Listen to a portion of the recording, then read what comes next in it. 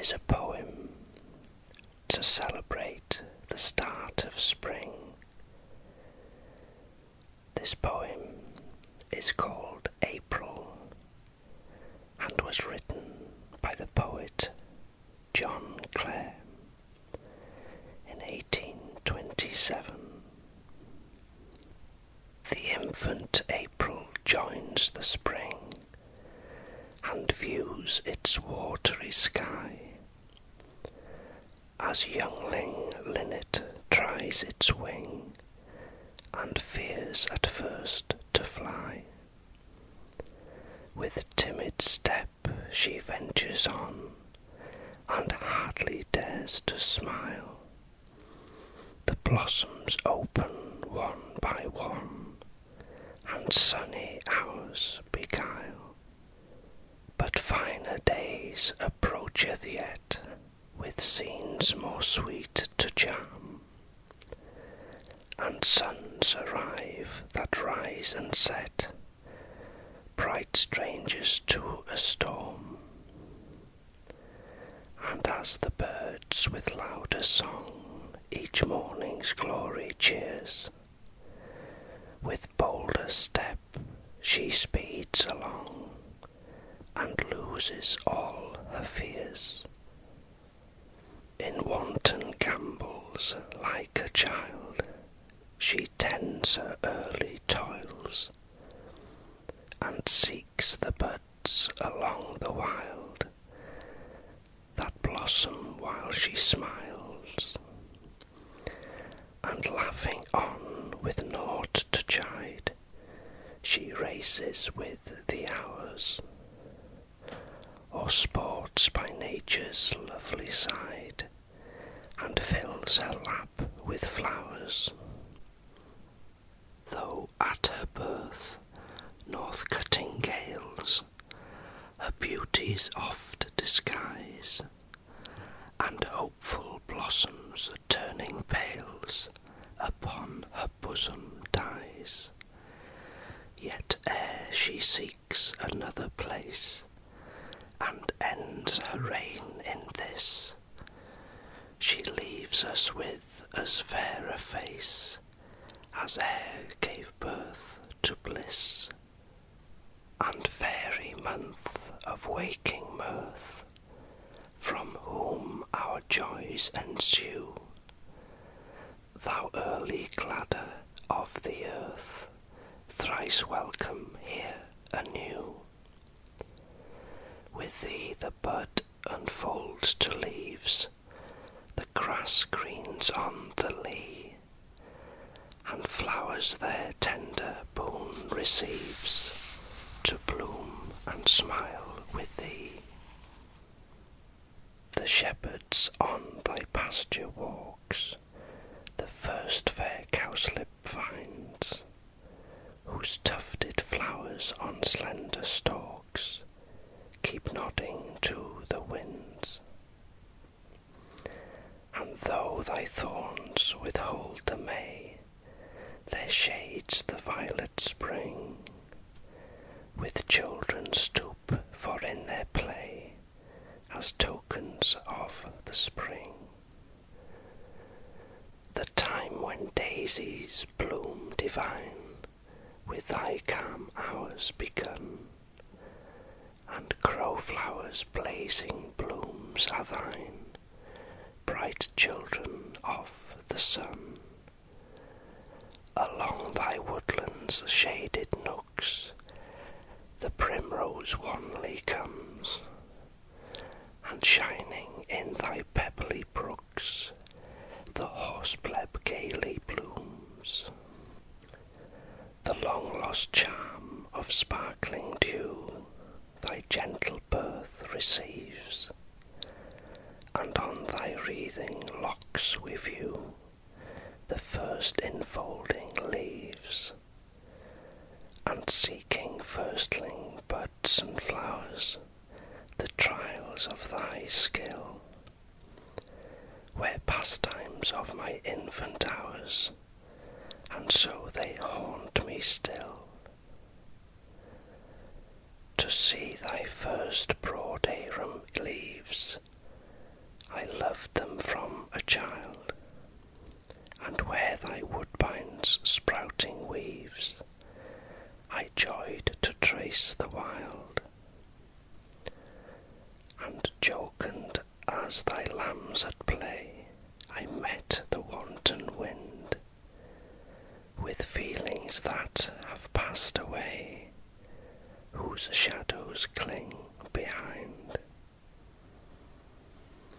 Those joys which childhood claims its own, would they were kin to men,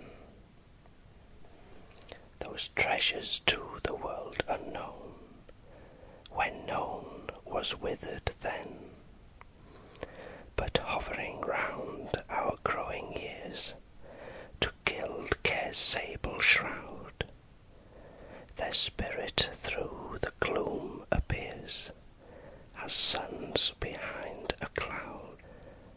As thou first met my infant eyes, when through thy fields I flew, whose distance where they meet the skies was all the worlds I knew.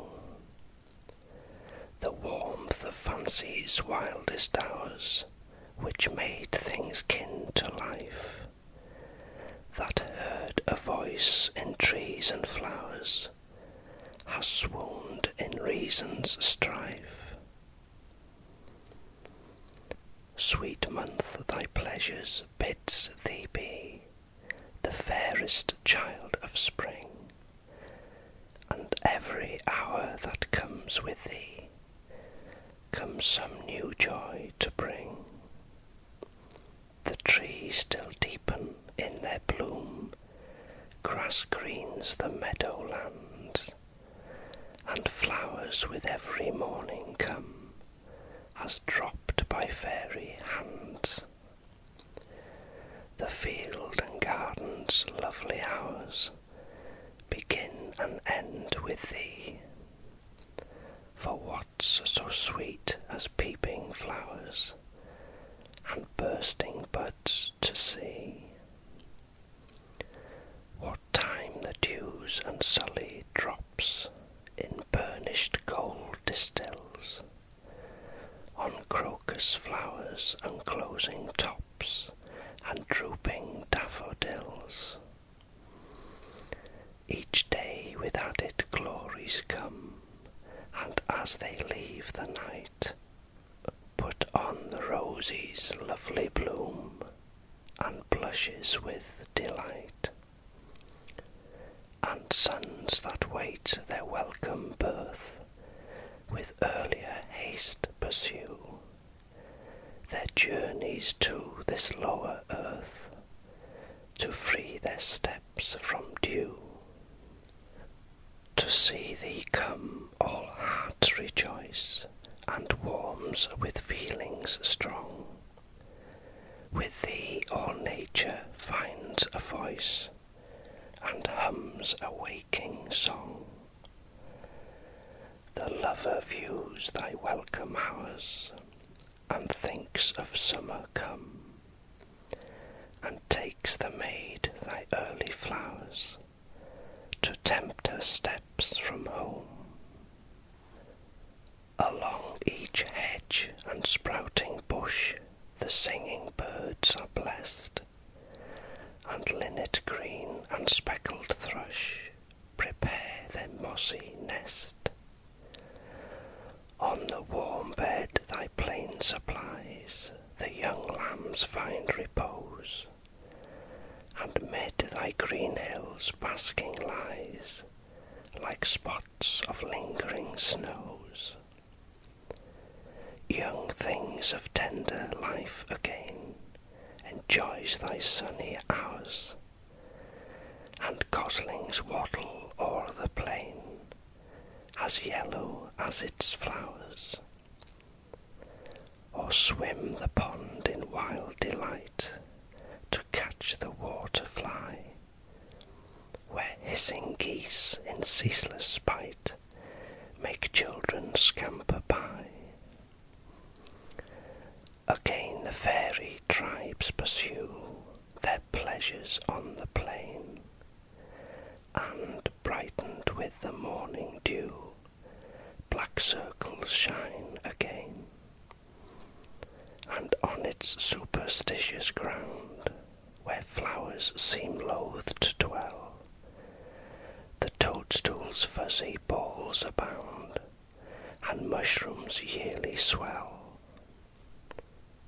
The season's beauties all are thine, that visit with the year, beauties that poets think divine, and all delight to hear. Thy latter days a pleasure brings, that gladden every heart, pleasures that come like lovely things, but like to shades depart. Thy opened leaves and ripened buds, the cuckoo makes his choice, and shepherds in thy greening woods first hears the cheering voice, and to thy ripened blooming bowers the nightingale belongs, and singing to thy parting hours keeps night awake with songs. With thee the swallow dares to come, and primes his sooty wings, and urged to seek their yearly home, thy sons the martin brings. And lovely month, be leisure mine, thy yearly mate to be, though May Day scenes may brighter shine, their birth belongs to thee.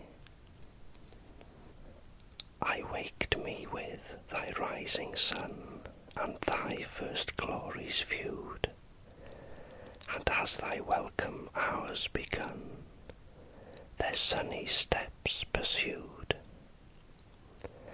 And now thy sun is on the set, like to a lovely eve.